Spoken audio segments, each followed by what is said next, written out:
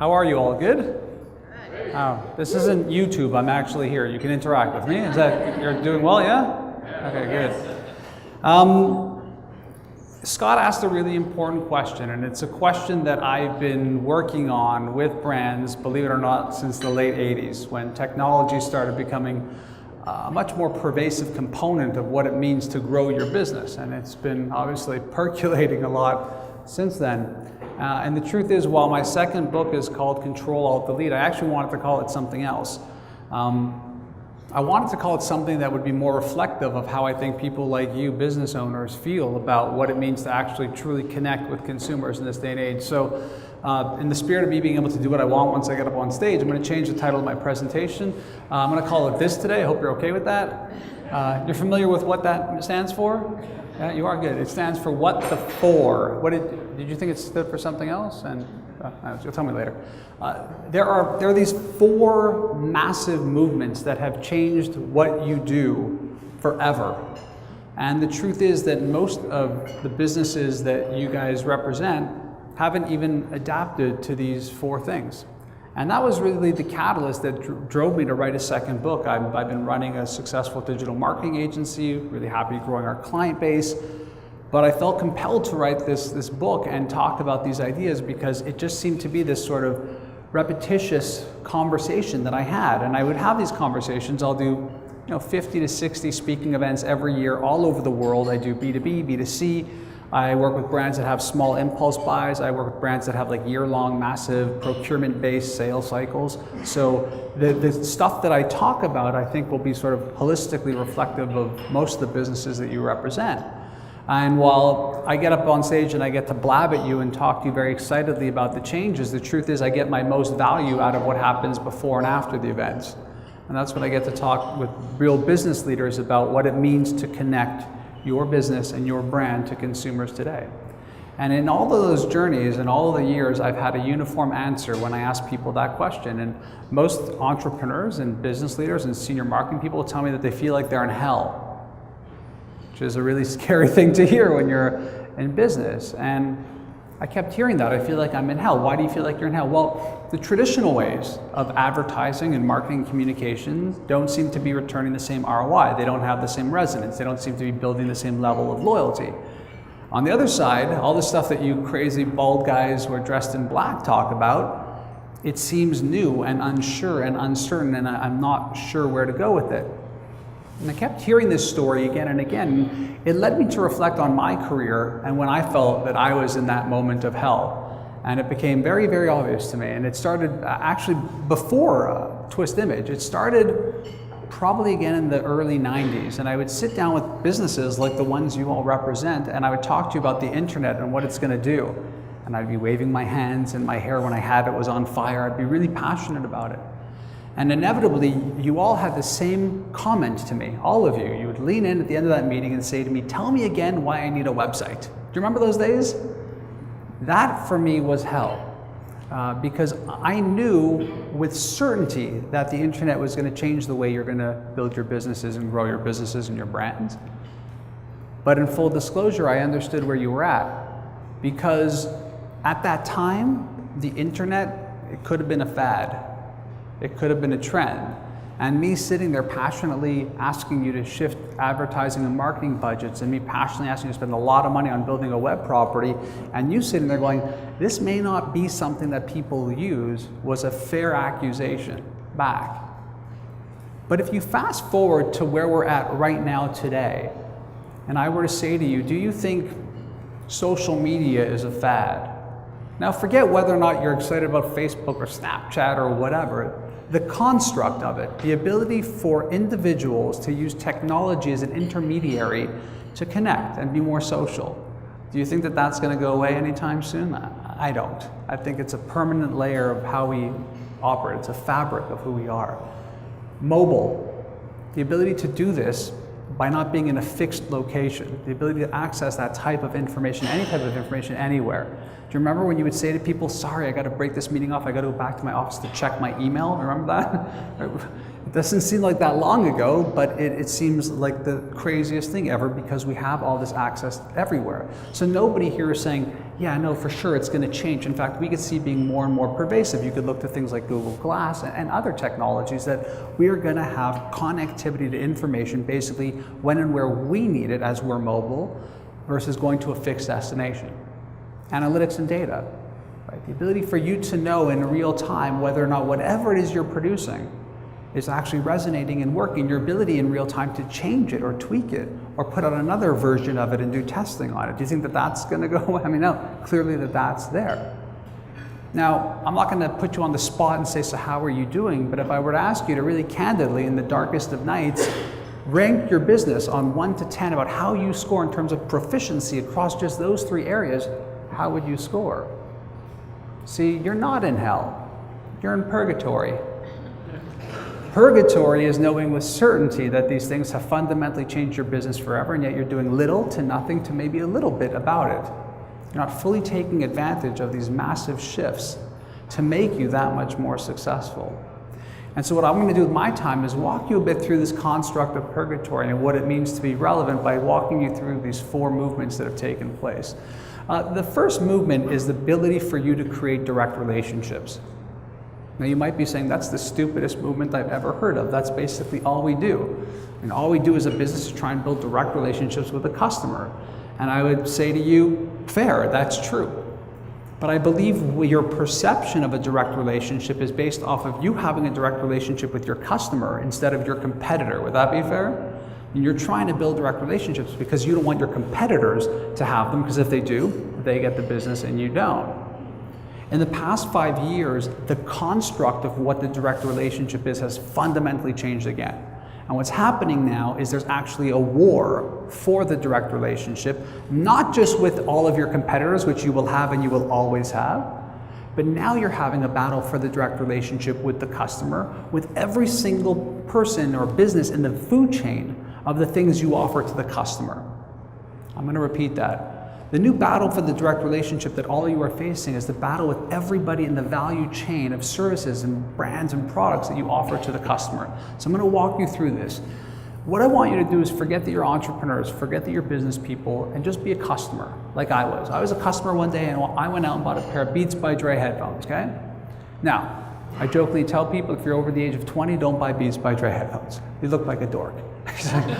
Ever walk by Bay Street, you see these guys in the 3-piece suit and the neon yellow headphones, and they're like walking around, you're like, you look ridiculous. Anyways, so Beats by Dre is a brand that I've been extremely passionate about long before Apple bought them for billions of dollars.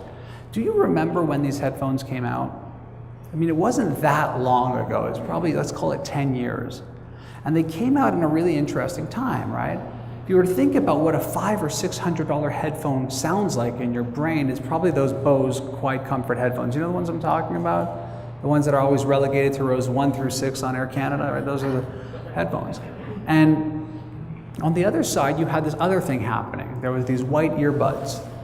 Right? Remember those? When you would sit on the GO train and you'd see someone else with the white earbuds, and it was like, whoa, what's up? It's like you had a secret language because you knew, nobody else knew, but you knew.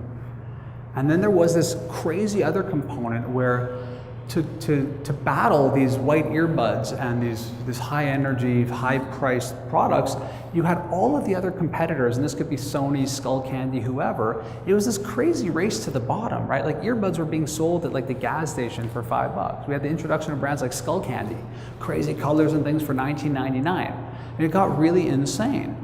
These guys come out and they're like, no, we're gonna go really high end, $500 to $600 headphones for everybody. And what do? They advertised like crazy.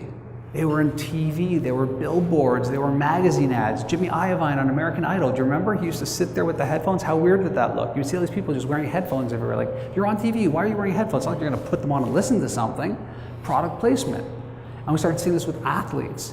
And then if you just move that all away and think about what they were doing in terms of digital, they were doing websites, they were doing email marketing, they were doing search, they were doing on and on. On social, follow us on Facebook, like us on Twitter, subscribe to my YouTube channel, on and on, right? So this is like the ultimate fighting championship. I buy these headphones and I'm tapping out. I'm like, fine, there's so much advertising. I'm gonna go onto Facebook and like the brand.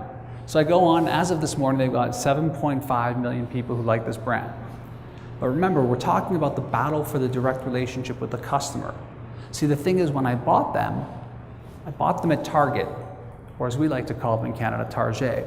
And Target is also a really fascinating brand. We live in a country where it's more fascinating because we're watching them sort of stumble, which is a strange thing to see, I have to admit. And full disclosure, Walmart's a client of mine, so it's a very strange place to be. But you can't deny whether or not, and I do believe they'll resolve their issues, this is a juggernaut of branding and marketing. And we felt it because we felt this massive brand like enter into Canada. So we saw it in the TV ads, in the billboards, in the print ads, in the FSIs. We saw it everywhere. We also saw it digitally. Was Target telling you to like them on Facebook, to follow them on Twitter, to subscribe to their YouTube channel, to follow them on Pinterest? I mean, of course they were. They're doing all the things most of us are doing. So I like them. We shop there. Cool brand. So as of this morning, 23 million people have liked this brand on Facebook. Battle for the direct relationship. Who do you think is most entitled to have the direct relationship with Mitch Joel here? Do you see what's happening? Now it's not just the competitors, it's everybody in the food chain. Before you answer that though, it's a bizarre love triangle like that song from the 80s. So there's another component of this, because if I'm the customer and I've liked them on Facebook, I'm also on Facebook. Facebook is a brand, so Facebook has my data. So I'm going to ask you to do some audience participation, which by the way, I'll let you know, as a speaker, I hate also. So I'm not going to make you stand up and massage each other or anything like that. All I'm going to ask is that choose. I want you to really think about your business and this sort of relationship and ask yourself, who do you think is most entitled to the direct relationship with this bald guy on stage? Is it Beats by Dre the brand? Is it Target the retailer? Or is it Facebook because I'm on their platform? So raise your hands if you think it's Beats by Dre the brand. Everyone's got to participate. If you don't, I'm just going to keep doing it until we all participate. So that should encourage you a little. Okay, cool. How many people think it's the retailer, Target? I love it. I shop there all the time. I'm dedicated. I want to see the savings. I want to see what's going on. Raise your hands. How many people think Target? A couple people, none. Okay. How many people think it's Facebook? I'm on Facebook. They own my. Okay. It's a pretty normal response. It's sort of, I ask audiences this a lot. There actually is a solid answer to the question. I'm going to give you the answer, okay? So were we not here today for EO? It's EO right now. Is it EO? I always get confused with the one. It's EO. And this was a corporate event for Beats by Dre. And all of you were employees of Beats by Dre, and I was a keynote speaker. I would tell you that you should have the direct relationship with Mitch Joel, the customer, okay? But if this weren't a corporate event for Beats by Dre, and all of you were employees for Target, I would tell you that you should own the direct relationship with Mitch Joel. Do you see where this is going? And if this were Facebook, and all of you were Facebook employees, which by the way, based off of their growth is a statistic possibility, I would tell you that you should own the direct relationship with Welcome to Purgatory. See, this is the thing. Every day that you wake up as entrepreneurs, I want you to understand that you are battling for the direct relationship with the customer, not just with your competitors, but with everybody in the food chain. You can take this story, you can apply it to B2B, you can apply it to B2C. It does not matter. I wrote that book. It's orange. It's on your table. It's called Control-Alt-Delete. It is published by Hachette Book Group, the largest book publisher in the world. Hachette will be asking you to follow them on Twitter, to like them on Facebook. Within Hachette, they own two massive publishing companies. One is Little Brown, one is Grand Central. I happen to be on Grand Central. Grand Central is asking you to like them on Facebook and follow them on Twitter and subscribe to their YouTube channel. In Grand Central, I happen to be on the business label, which is called Business Plus. Business Plus is asking you to like them on Facebook, follow them on Twitter. I'm the author. I'm asking you to like me on Facebook. Barnes & Nobles is asking you to like them on Facebook. Walmart.com is asking you to like them. Every place the book is sold is trying to get your attention to have the gateway to that final thing. This is the nature of relationships. And so when I talk about this, I see sort of light bulbs go off when people nod their heads and go like, I see where this is going. It's a new landscape about what you have to do to create value. The next question I get asked, and particularly audiences like this where they're entrepreneurs and they're very involved in the business, is what does it look like though? Like who's done this well? So I have a couple of examples of people who've owned this direct relationship in a very profound and powerful way. How many of you know who Bethany Moda is? Raise your hand. Anyone? How old is your daughter? 13? Is it creepy when a guy asks a mother how old her daughter is? Especially in the world we live in today at the CBC, I guess it's extra creepy, but yeah. I was actually going to say, I bet you have a 13-year-old daughter. So, how many of you have a 13-year-old something in your life, a niece, whatever? Okay, so I have young kids, but I have a niece who's 13 years old, and I don't know how you guys are when you want to be an uncle and stuff, or aunt. I want to be the cool uncle. You know what I mean? I always want to be the cool uncle, and I've always wanted to be the cool uncle. And this happened to me, and I realized I had crossed the line. I'd gone from cool uncle to old uncle, because I didn't know who Bethany Mota was, just like everybody in the room. I was like, I had no idea. And my niece, who's 13, is like, I can't believe you don't know Bethany Mota. It's ridiculous. And this is like on her iPhone. So I'm like, well, who is she? She's like, well, you're in digital. And like, you're involved in Google. So how do you not know who Bethany Mota? I don't know who she is. She does videos on YouTube. She does? Yeah, she does videos like this one.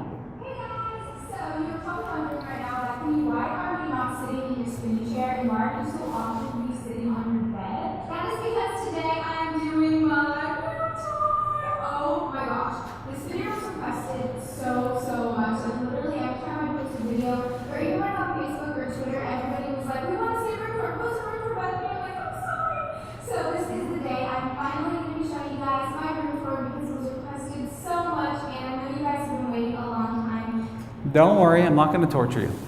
I'm a giver, I give. I watched this 18 and a half minute video for you. 18 and a half minutes. Let me tell you something. She doesn't have an ensuite bathroom. There's no walk-in closet here. I mean, it's a teenager's room. It's basically the size of a prison cell, right? We all know that, right? It's like, I mean, if you stretch your arms out wide enough, you're basically touching wall here.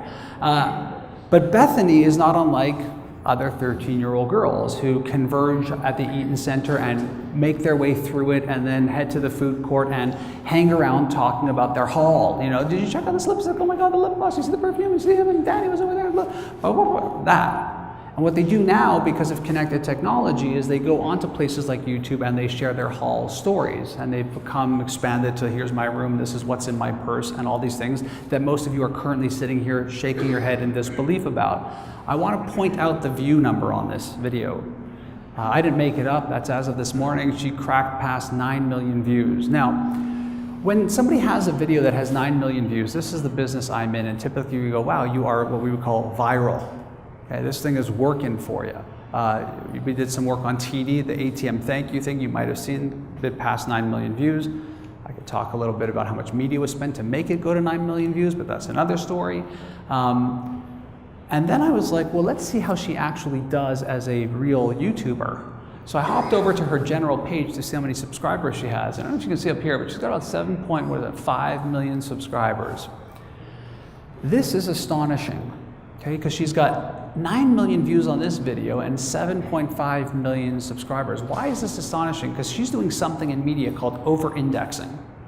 Over-indexing is, I used to publish music magazines back in the late 80s, and I would go out to advertisers and go, I have a circulation of 50,000 copies. And by the way, every issue has a pass-along of 3 people. As they pass it along, they talk, it sits on coffee tables too, so it has a long shelf life. And then at the end of the month, we would take the magazines that were left over, and we'd be like, you know, where's the recycling bins? And we see this with newspapers and magazines and even traditional media, right? They talk about viewership and things, but it's not really, what does that mean? She's over-indexing, it's very real. If you look at her other videos, this one was posted 2 weeks ago, it's got 3.3 million videos. You'll see here that as you go further and further down, she gets an aggregate going of like 5 million every single video, on and on. She's got a very powerful direct relationship with her audience.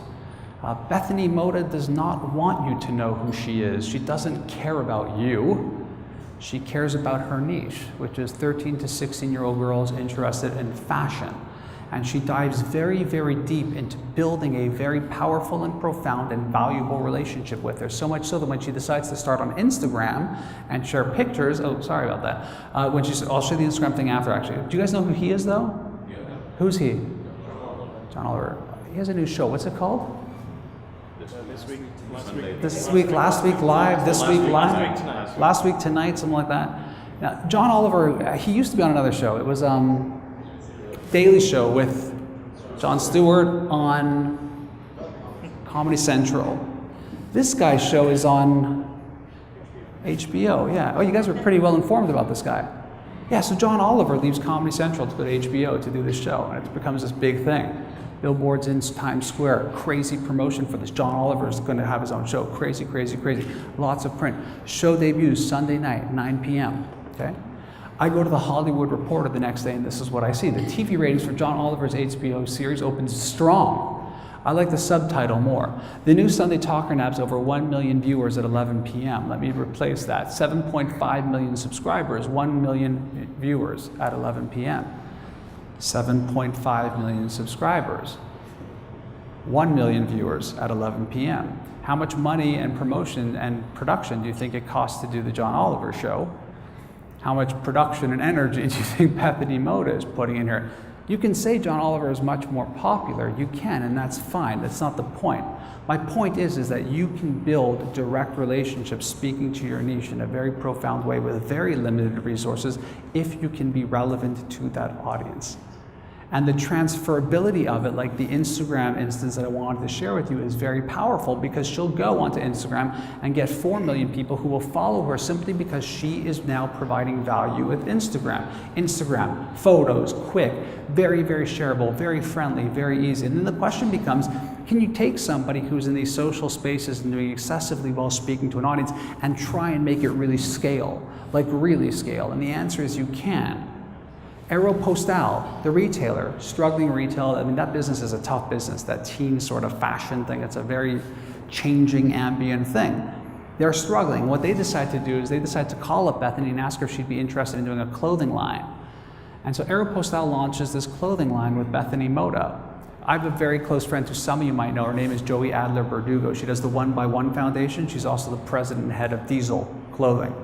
And when I heard this story, I went over to Joey and I was like, Joey, do these work when celebrities do these clothing lines? Because you keep hearing about them, but like, do you ever see people wearing this? Does it work? And she said, usually it's like a 1 to 2 year cycle to make it happen, from doing the deal to getting the designs and blah, blah, blah. 95% of the time, total failure. It just doesn't work.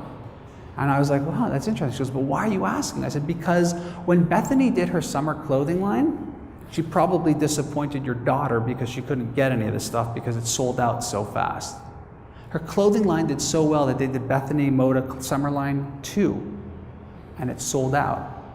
And it did so well that they did a perfume line, which you can see bottom left, and it did so well that they just launched her new clothing series this past week and sold out in Montreal. And then I was over by the Eaton Center and we saw a picture that I'll show you later. And then she gets to go on the cover of 17 magazine. And you might be saying, I don't know, she sort of does look a little bit more familiar than I thought. Might be because she was on the cover of Fast Company last month. You may also recognize her though if you're walking by the Eaton Center and walk into Aeropostale or by it. This is what you'll see. I took this shot last night. This is what you'll see when you walk. You can't even see the store. It's just Bethany as soon as you walk by the store. You might also recognize her if you watch Dancing with the Stars. She was on Dancing with the Stars this season on ABC. Have any of you seen this show? A couple of you? Only because your daughter's forcing you to watch it? Is that what's going on? And unfortunately, as you probably know, you have to watch the whole show, right? Because they make Bethany dance last. Do you know why Bethany dances last? Because nobody will watch. She has such power that people are watching, staying to they put her on last because that's how the audience stays. They realize that when they take her off, the audience completely tanks. That's the power. And so if you're sitting here going, I don't get it, is this bald guy telling us that I need to be Bethany Mota? The answer is no. I'm not saying you need to be Bethany Mota, but I kind of am saying that you need to find the Bethany Mota within. You know, you need to find who it is within your business that can create that level of content and direct relationship to build that value. And I'm saying this because the competitive nature of business is scaling disproportionately. Everybody is vying for that direct relationship because if you don't have it, all the intermediaries absolutely will. So if you understand the ability to have this direct relationship, I'm going to move into the next movement, which is something I call sex with data. Now, why do I call it sex with data? Because if I just call it data, you're going to be like, oh, it's going to be so boring. He's going to talk about analytics. If I call it sex with data, you're going to be like, what's he going to talk about, right? It's not why I call it that. The way most of you work is very linear in terms of the information that you're capturing. And it's not your fault that you're doing this, it's just the nature of information.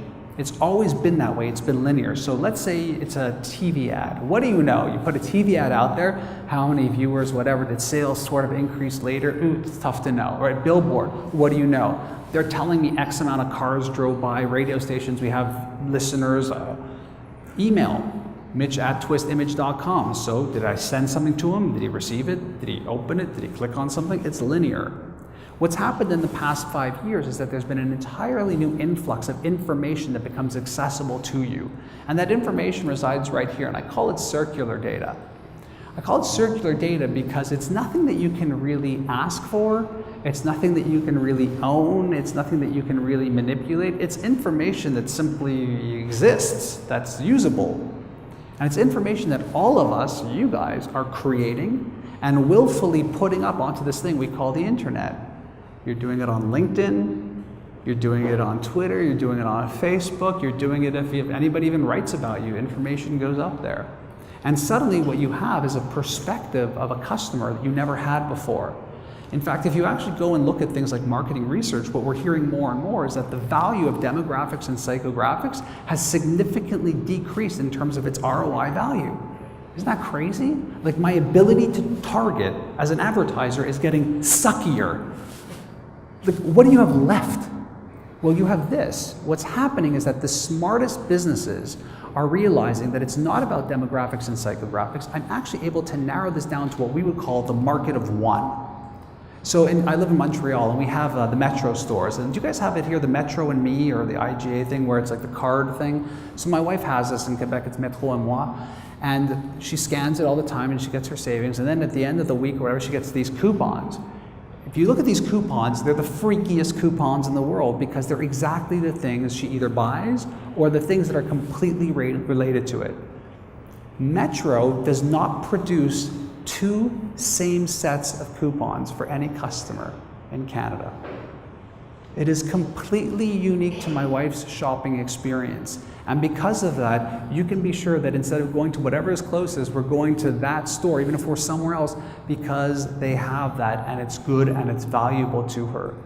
And so you have this world where we have on the left-hand side all of these silos of information. You've got email addresses, search campaigns, databases, and all this.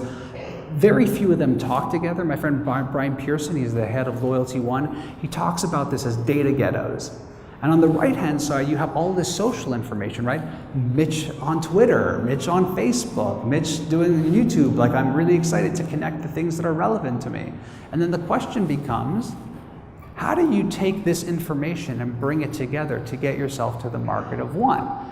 Now, before I walk you through how I do this, I want you to understand that my role, Scott's a very kind introduction is fair, but I've done a lot of other things. I sat as the chairman of the board of directors of the Canadian Marketing Association, and I take privacy very, very seriously. So I don't want you to think there's a guy up here talking about things that make me feel very uncomfortable. When I talk about sex with data, what I'm trying to have businesses understand is that you have a very serious role in the next 5 years explaining to your customers the massive chasm that exists between privacy and personalization. We have done a terrible job of this in the public zeitgeist, and because of that, anytime we talk about my ability to make your experience better, it comes back with a shucking, like there's no way you're going to be able to do this, and it sounds like you're trying to breach my privacy and you want my information. Bell just had that problem in the media, right?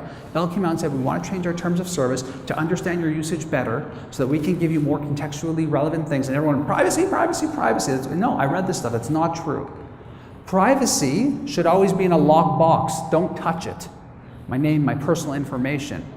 What I do want you to do is be communicative enough where your customers want you to take their usage to make their experience better. You look cynical, right? I'm going to move you through this so you understand where I'm going.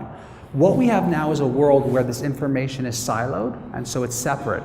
To date, as businesses, we have simply been fooling around with the data. Now, the smartest businesses are having sex with data.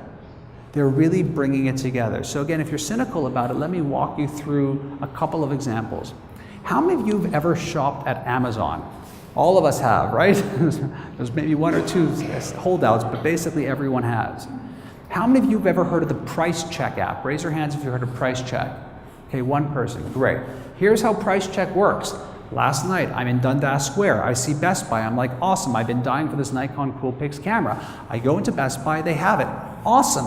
I take out my smartphone, I open up my Amazon Price Check app, I can take a picture of the camera, I can say what it is, I can scan the barcode, I can finger type in what it is. This app will spit back to me how much that camera is at Amazon. Do you think Best Buy likes this app? No, it's called showrooming, right? We go into a showroom or store or business and I'm able to compare or get reviews right there in line, and I have access to information that you probably never would have wanted anybody to see, or you did and you don't care, whatever. Okay? So, you've all shopped on Amazon. I've just told you about Price Check. Only one person had heard about it. How many people in here are completely insulted that this app exists? They find it a complete breach of privacy and they think it's a disgusting tactic by Amazon to capture more data about you. How many people are like, hot damn, I'm downloading it now, this thing's awesome. How does it feel to have sex with data?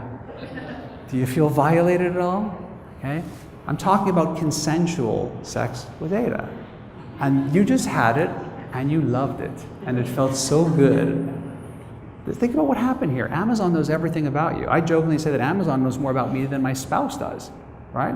And it's true. We had last Father's Day, my wife is like, you're impossible to shop for. I'm like, it's true, but every day I get like 20 things from Amazon that I totally want in my email.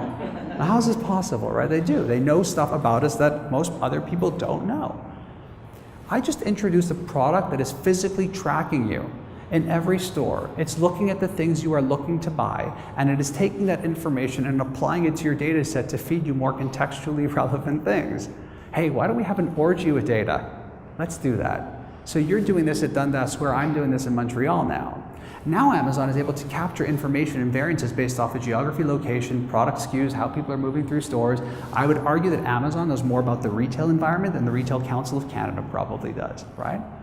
Nobody in here is offended. Why? Because if I told you that from now on Amazon, you can't use the one checkout to buy, you gotta enter your credit card every time, you'd be like, this is bullshit. And that's my point. When you provide a level of relevancy and value to the consumer, it's not that they feel begrudged that they're giving more information. They're happy to give that information because it's being used in a way that makes it more beneficial to them, and in return, you yourself are having a better business experience from them. So when I talk about sex with data, I'm talking about it at the level of value to the customer so that they become more embraced to your business. Do you follow that?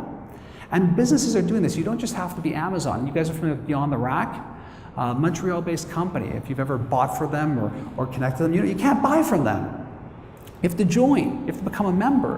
And when you become a member, they connect to you. Why would Beyond the Rack ever show you anything you don't want to buy? Once you connect to them and they're connected to you and they're seeing what you're sharing and what your interests are, they're able to skew the product line to be way more relevant to your type of shopping. No more waste. Totally relevant, and the business model works. They're leveraging very, very little and minor technology. This technology exists in what we call the cloud. Some of it is free, like Google Analytics. Some of it is just membership-based, so you pay for it as you use it, or you pay for it by... It's pretty cheap and reasonable. You no longer have to sleep with the IT guy to change the IT roadmap, right? Like, you can actually just, simple line of code, dump this stuff in, and off you go to the races. And so your ability as a business now, especially entrepreneurs who are very lean and running things lean, to leverage this technology to be better, creating more personalized experiences is parallel to success, and it's there. So you can create these direct relationships, you can leverage sex with data, and then my favorite movement is this one. It's the ability to create utility. And this is like a really important and huge thing, because suddenly this isn't just about advertising. Suddenly you can actually do something more. You can create something that people will actually want to use and connect with. So how did I come up with utility? Well, I was thinking about physical spaces, offices and businesses. So my office in Toronto is at Spadina in front. I would love to put my office out by the airport. It's so much cheaper. As an entrepreneur, I think you can appreciate that. But if I do that, I can't attract that type of talent to I just can't do it. Physical stores, why are physical stores where they are? Because there's foot traffic, people come by. So it actually has nothing to do with anything other than real estate. And there's a new real estate in town, and it's that. And the real estate in town is that person's tablet screen or your laptop screen. That's the new real estate. And as a business, you have to figure out, how do I get a piece of that real estate? Because I need it. And I realized the answer to that question is scary. So how did I come to this? Well, I was looking at things like pieces of data. One piece of data was 25% of these branded apps get downloaded, used once and never again. Doesn't sound like a good investment. I read another piece of data that said 17% of these branded apps get downloaded and never opened. And then I thought, maybe I don't have something on this utility thing. Maybe it's not working. But then I thought more and I realized the data was wrong. It was lying. They were talking about apps that suck. Right? You guys use apps all day. I was watching you. What type of apps do you use? You use apps that are a utility, that provide value to your life, that aren't screaming at you, we have a sale or it's 50% off. You use apps that actually augment your experience. And so my question then became, are there brands that are creating utility in these spaces? And guess what? There are. So I know what you guys sort of do, and if you're anything like me, you probably travel a lot. I travel a ton. I do about 150,000 miles every year up there. And when I travel, whenever I go to a different city, no matter where it is, I like to know where a clean bathroom is. Wouldn't you? There's an app for that. And the app is called Sit or Squat. And this is the app. Oh, you laugh. You're going to be downloading it in 5 seconds. The way the app works is it's based off of a wiki platform, which means anybody can edit it, right? So you choose the city where you are. It knows where you are. It'll tell you how close you are to a clean bathroom. You can rate the bathroom 1 to 5 stars. You can leave a comment. You can add a bathroom. It'll tell you which bathrooms are handicap accessible. It'll tell you which bathrooms have changing tables for kids. All brought to you by the good people at Charmin, Procter & Gamble, the toilet paper company. Think about that. I'm sure, I sit in these creative brief meetings all day. Hey, what are we gonna do mobile? I know, let's do a thing where like you scan the barcode and you get a coupon. I know, this is like a video game. You have the red bear and the blue bear and everybody picks toilet paper off the ass and the person with the most points gets stupid. Somebody in there said, stop, hold up. Why don't we create something that moms would love? Why don't we create something that people who travel would love? We're gonna do coupons and all this other crap. We're gonna do all this stuff anyways. Why don't we actually create something that people would keep maybe in their travel folder on their iPhone, like I do? And so you start seeing brands get really smart in terms of creating tools that we as business people or parents would love to have. And then the thing becomes, well, maybe we're not Charmin and Procter & Gamble and we're not that smart. We can't develop something like this from scratch because we don't have a budget. Great, technology serves and helps all. Technology takes care of that for you.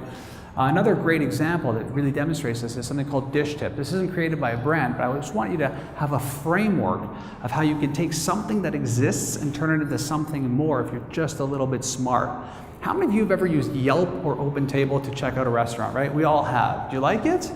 It's like, man, why is every restaurant 73%? 73% is the worst number ever, right? It's like not the best and it's not bad, so I have no clue. And there's like 50,000 reviews, and who has time to do that, right? So these young people were looking at it, and this isn't an app, it's just a mobile website, and they were like, you know what?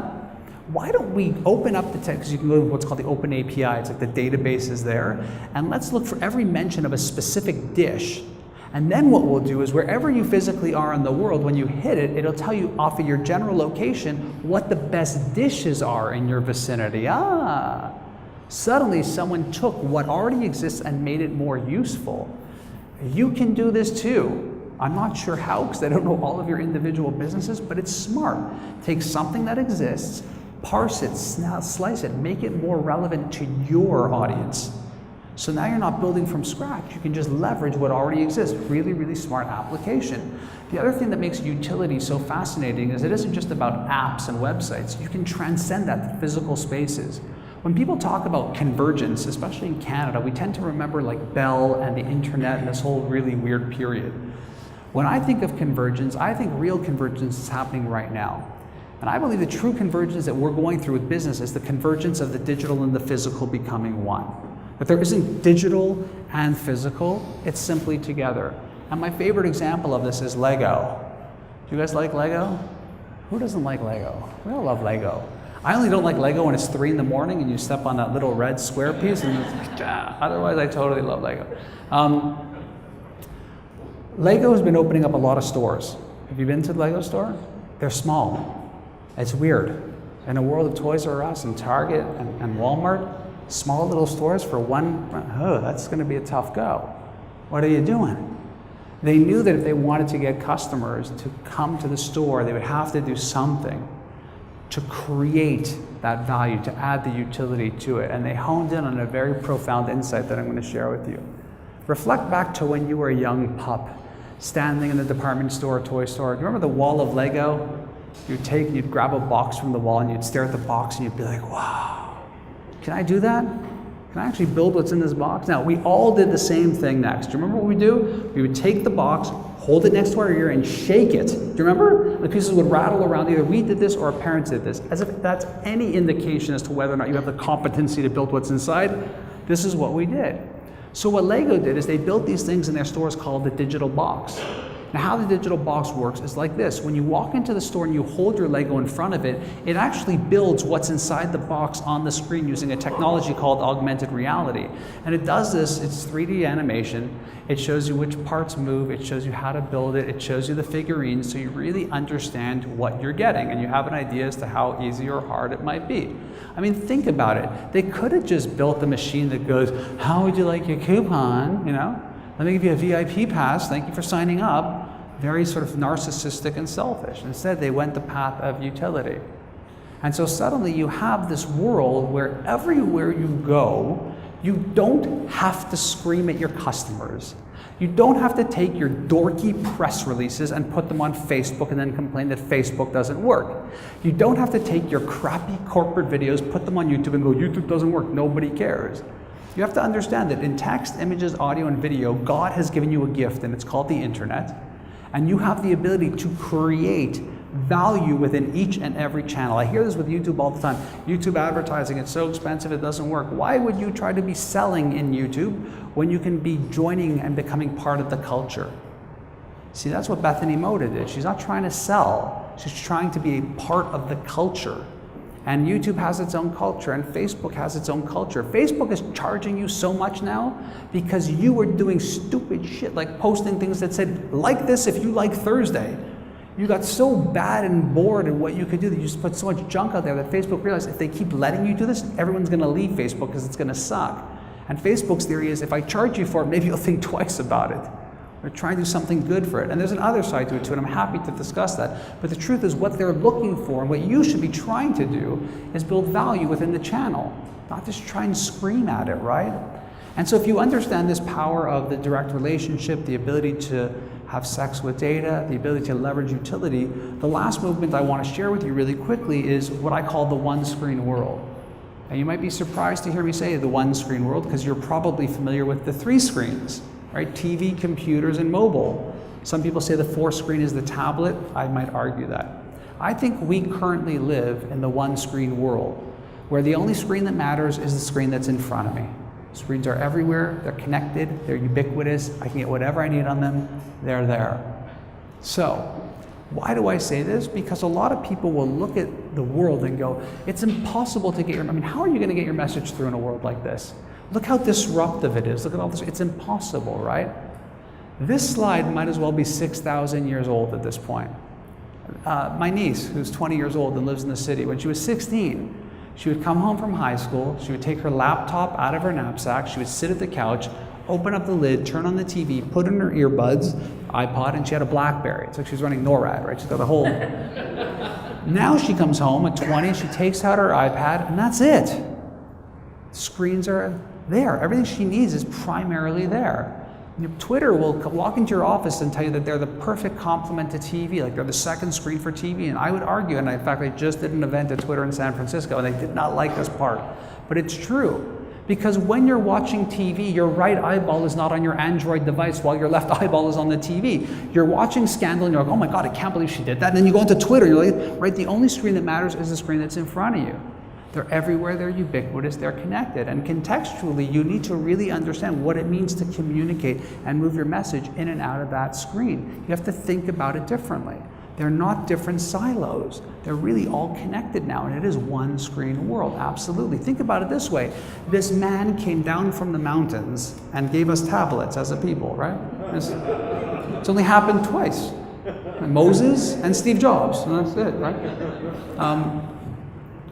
Have you seen these videos on YouTube where the cat can figure out how to find the pictures and stuff on YouTube? They have this, right? But totally have this. These things are very powerful. You all have a smartphone or a tablet or something, right? You all have one of these? Who has a smartphone or a tablet? Raise your hand. All of us do, right? Where do you keep the instruction manual for it? Did it come with one? That was the right question. She said, did it come with one? The answer is no. Why would you need an instruction manual for it, right? Like, you turn it on, you hit that stupid button and everything's there, right? And if it crashes, you just hit the button again and it comes back. We go into these cycles and we forget how profoundly massive these changes are to our business. Do you know what just happened here? We have hit a massive inflection point in what changes between how consumers interact with brands, and it's simply this, that technology has finally removed technology from technology.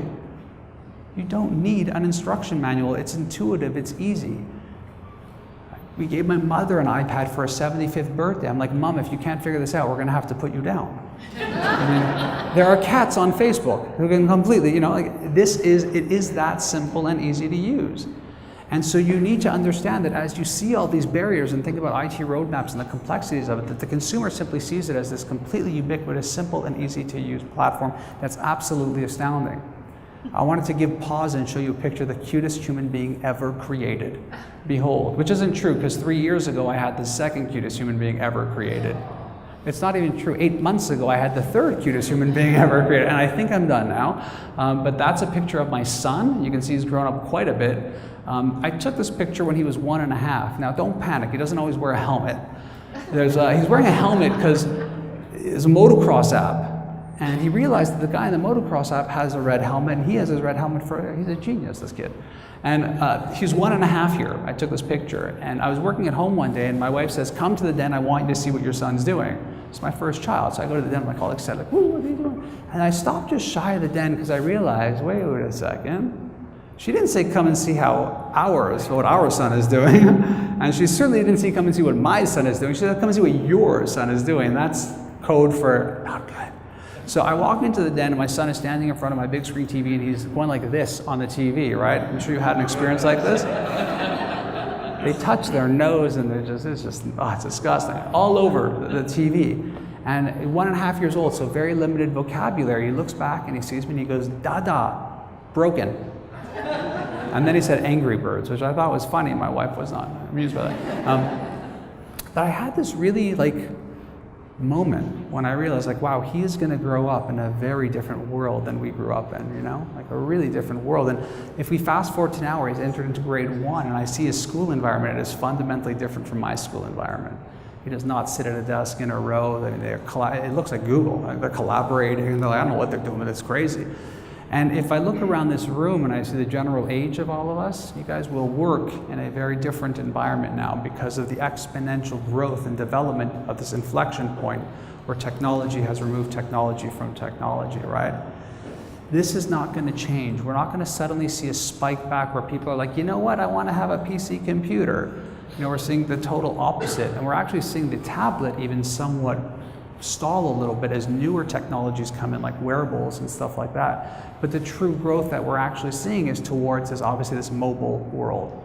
We live right now, all of us right now, we live in what's considered the post-PC era. This is it, you're in it.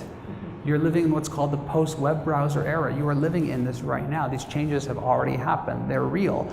I used to always say that it's amazing to have my laptop or my computer, and my phone is such an amazing accessory for that because I can get my email and see Facebook and stuff. And this year it completely flipped. That suddenly the primary driver of functionality and work that we do is actually driven by the mobile device, and that our PC has been relegated to the accessory for the mobile device. Now, if I were to say to you, think about the US, and think about not the US in terms of New York and LA and San Francisco, but like Missouri and Knoxville and that part of the US. And how many years do you think it'll be where, let's say 50% of America doesn't have a landline? Like how many years away do you think we are from that? I'm going to think about the US really, not just those major cities. So what do you think? How many years? 10? Okay, so 5. Let's go with 5. How many people think it'll be more than 5 years? Raise your hands to where that. Couple people? How many people think it's sort of like a bit under that? You have to participate, you're just sitting here. How many people think over 5 years? How many people think like a bit under 5? Okay. Well, this year we crossed the 40% threshold. You're living in the world already, and so go back to that notion of purgatory and what purgatory means, right? It's already happened. It's already there. Do you think when your customers are sitting in the parking lot and they're looking at your website and they're like pinching because it's like sucks, or they can't load something because it's Flash or whatever, they're like, hey, they must have an 18-month roadmap, or it's really expensive to do mobile. They're like, it sucks. Because they're already there, right? These consumers have completely leapt forward. They're living and breathing this one-screen world. Square, you're familiar with Square? Square is co-founded by Jack Dorsey, the co-founder of Twitter. Basically, it enables and allows anybody to have a merchant account, to do transactions anywhere. We signed up my son in Quebec at Mont Saint Bruno for skiing. And we were driving back, and there was like a little like farm, you know, apples and pumpkins and hay. And we're like, oh, let's pull in, that'll be fun. And we pull in, it's right before Thanksgiving. And there was a guy standing there who was from France, and it was weird. And he was selling like foie gras. And we tasted it, not my thing. My wife likes it. She said, but it's nice to have a little thing for Thanksgiving for the family. How much is it? He's like, oh, it's $40. I'm like, oh, $40, okay. I don't really have cash with me. He goes, that's okay, I take Square. What's going on here? You know, like the guy's taking Amex at a stall at the side of the road, and it's an amazing, crazy thing. But what's most powerful about this disruption, and it's not just Square that's doing it, is their vision statement. Does anyone know the vision statement for Square? They have one of the coolest vision statements ever. I would hope that every business that you're involved with has a great vision statement. This is a doozy. The Square vision statement is no more cash registers. That's his vision statement for the company, and it's so amazing, right? If you gone to the Apple store to buy something with the app, and the guy's like, I'm like looking for someone in a blue shirt, I gotta buy something. The guy's like, don't you have the app? I'm like, yeah. He's like, okay, take out the app, here's the product, just scan it and you're good. I'm like, is this stealing? What do you mean, I scanned it and I can just leave? Like, what? It's crazy, right? It's totally, that's the way it is. So we've had this convergence, right, of the digital and physical and this idea of the one screen world. Now you might think, I don't know if the bald guy's right. He might be over exaggerating this because he's passionate about digital. So let me walk you through what really is happening. They wanted to put the construct of mobile out against the global population. So what you're seeing here is 0 to 7 billion, which is the population of our planet. And here from 0 to 90% penetration of all of these areas of interest. I realize it's small, I'm gonna help you out. This biggest one here, these are people in our world who have mobile subscriptions. They're closing into 6 billion. A bit under 6 billion, these are people who have electricity. And under 5, these are people who have access to safe drinking water. Now, you might be going, I can't believe that. It's unbelievable that we are currently living in this world, but that's not even the craziest part. The craziest part is this, the date. This is 2012. We're heading into 2015. Numbers aren't changing, they're going in the same direction, right? So you might go, we have consumers and they're untethered and they're hyper-connected, and I would tell you they are. But more importantly, they are converged. They are physical and digital. So when you walk out of here and you go to a commercial area, Dundas Square, Eaton Center, Where Queen, whatever it might be, and you see two people shopping or walking down the street, I want you to ask yourself this. How many people are shopping?